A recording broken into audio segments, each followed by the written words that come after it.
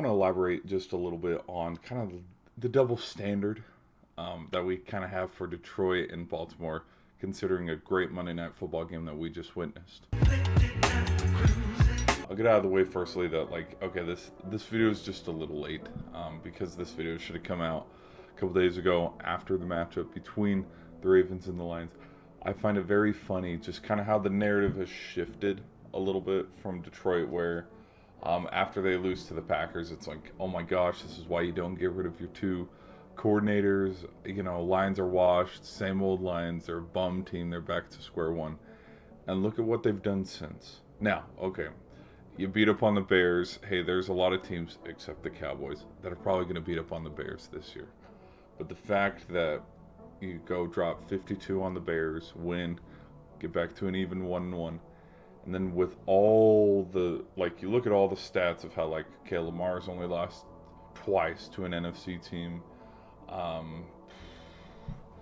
That was the biggest stat that stood out to me, was 40-2, something like that, and now it's 40-3, where, yeah, Lamar Jackson just takes care of business against NFC teams, and they just can't get him. Now we look at it like this, where, okay, you know, add the memes too about Derrick Henry blowing the game and being washed, when it's like, okay, pump the brakes. Did you see what else he did that game? The impact he had on the game.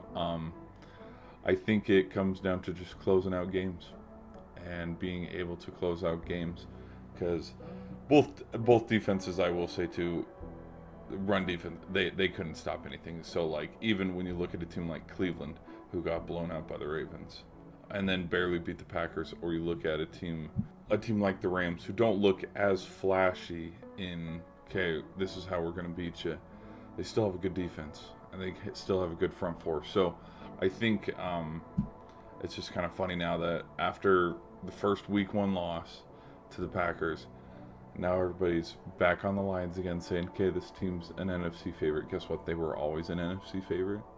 Guess what? It was always going to go through the Eagles or the Lions or the 49ers, because that's who it's gone through for the last 3 years. And so I think it's just kind of funny that we wrote the Lions off after a week 1 win, but now after 2 straight wins, you beat Baltimore in Baltimore. Go in there, upset, you could call it an upset, but like, the term upset doesn't float around the NFL as much. But with them getting the win, now everybody loves them. That's my thoughts on that, guys. What other teams do you think stand in the way of the Lions? I mean, I think we got a couple big matchups coming up for the Lions personally. I know the Lions play the Eagles later this season. We'll see how the Packers do, with their rematch within the division a little bit later down the line. Could the Vikings and the Lions put on a little bit of a show? Be sure to let me know, though, in the comment section, and I'll see you in the next video.